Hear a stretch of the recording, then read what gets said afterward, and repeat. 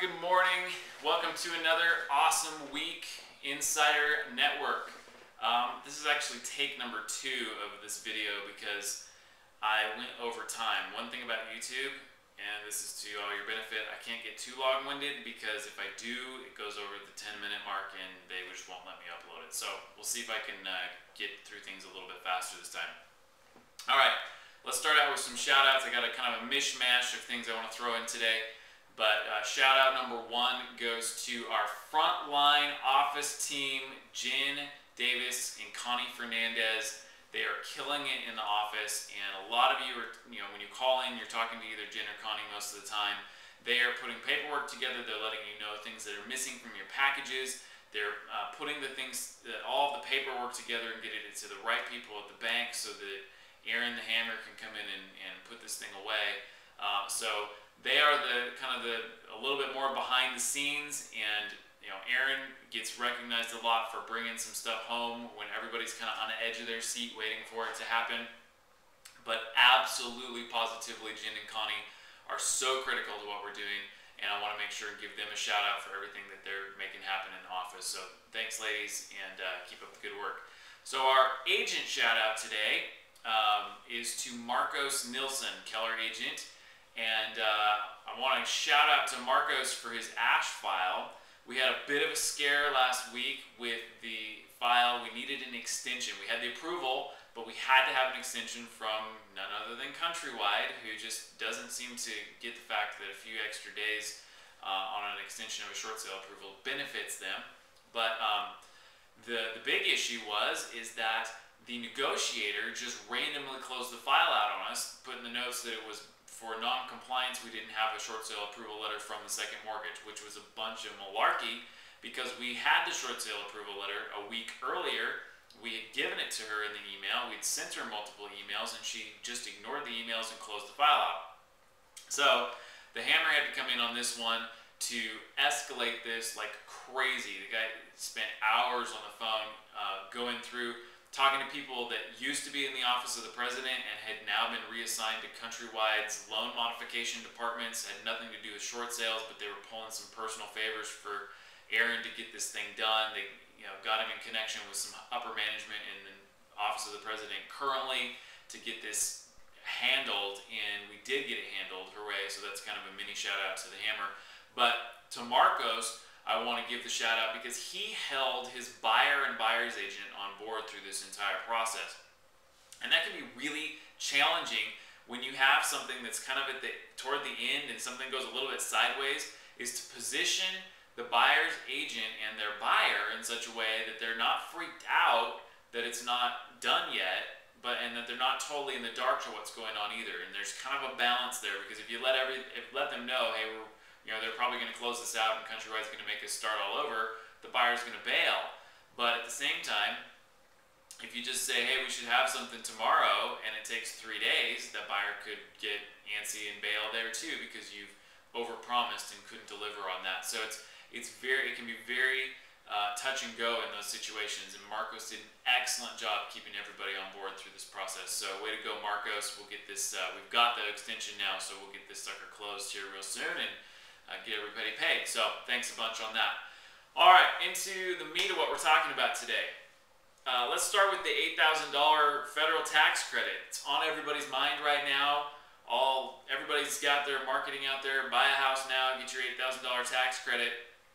It's interesting because I was visiting with one of our top agents last week, Todd Sullivan, and he is running into some issues because of the $8,000 tax credit. We were talking about one of his transactions, and I said, hey, I think on this file you need to get some backup offers. This buyer looks a little weak. He said, okay, well, it's going to be a bit challenging. I'm just not getting any backup offers as soon as it goes contingent. And as we visited, I realized, and in our discussion, we realized that it's the $8,000 tax credit that is causing all of these backup offers to dry up, because you have this huge group of people that are 100% in the market to get their $8,000 bucks, and they realize that if they can't get an approval on a short sale, they can't get it under contract to move toward closing by the end of October, they're going to be in trouble. They're not going to get their money. So wise buyer's agents are saying, hey, you want your $8,000?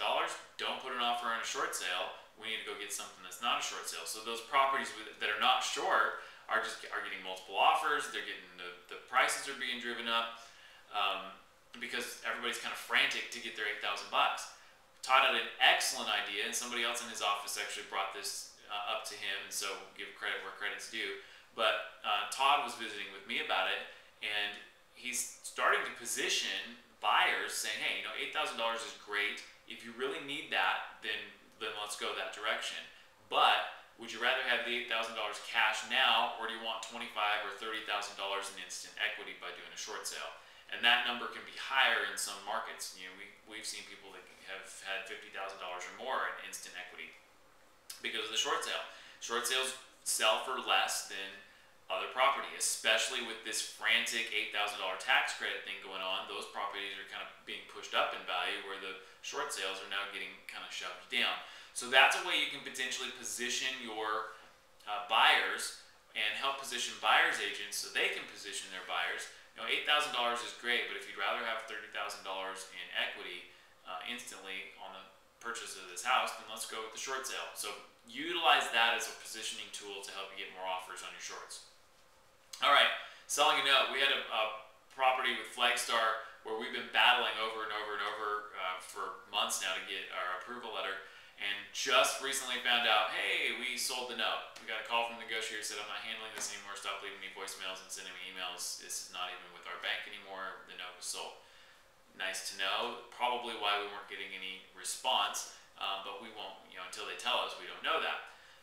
The point of this I want to mention is your seller by law has to be informed anytime a note is sold. So if there's a slowdown, if it feels like we're not getting any traction and we're just waiting and waiting and waiting, sometimes that can be an indicator that they're in the process of packaging up a bunch of their loans in a multi-billion-dollar package, which is how they sell them, and dumping them off. And so if the seller is notified, they should be communicating with you anything that they get from the lender, but make sure that they're aware. If they get some sort of a "we sold your note" notice, we need to know about that so we can track down the new bank to get an approval letter from them, because that's what we have to do. So finally, last thing I want to talk about are homeowners associations and utilities.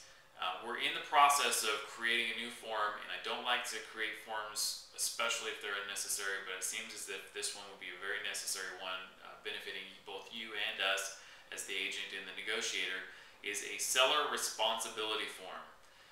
Basically, and we'll go into this more in the future, it's the seller's responsibility to continue paying their utilities even after an offer on a short sale comes in. And that seems to be where the hiccup is that the seller has sometimes not been paying their utilities up till this point, or they're behind, or whatever it is, but they're living in the house and they're continuing to make payments, or not make payments, and not make payments on their utilities. The problem is we have this snapshot right now of what's owed on utilities. That's what we're negotiating with the bank. If the seller doesn't keep making payments on their utilities, that's going to go up, and then we're going to be at closing 3 months from now with $400, $500, $600 or more owing on utilities that no one could have known about because it's just been accruing. The same type of thing is true with an HOA. If they're threatening to put a lien on the property or have costs from an attorney, if the seller doesn't do anything and just lets them do that, we're going to have hundreds and sometimes thousands of dollars in fees that are tagged onto this HOA that no one knows about because of the fact it happened after the offer went in. And we're going to get accurate payoffs at the moment, and we're going to estimate out to do our best to come up with about a 3-month estimate of what's going to be owed in case it takes 3 months to get approval. But the seller ultimately needs to be responsible to make sure that they're paying those items so that a bunch of penalties and fees are not getting tagged on. Because what happens is you get to closing, and where's that money going to come from? Is it going to come from your commission? Is it going to come from our fee? The seller often doesn't have money to pay it. So it can really truly be what blows a transaction up. So I wanted to throw that out, let you know we're working on this sheet so the seller knows that they need to be taking responsibility to do this from the beginning. So that is all. We're heading into October this week. We're going to be having our monthly call here in about a week. For those of you in Washington, we're going to be at the Washington Realtors EdCon conference in Seattle on October 12th. So if you're going to be there, come stop by our booth. We'd love to see you, say hi. We're going to have some free stuff to give away, some cool CDs and stuff that we're working on special for that event. So come say hi. And that is all I have for today. So enjoy your week. Continue working on your short sales, and let's see awesome success as we move forward this week. I'll talk to you soon. Bye.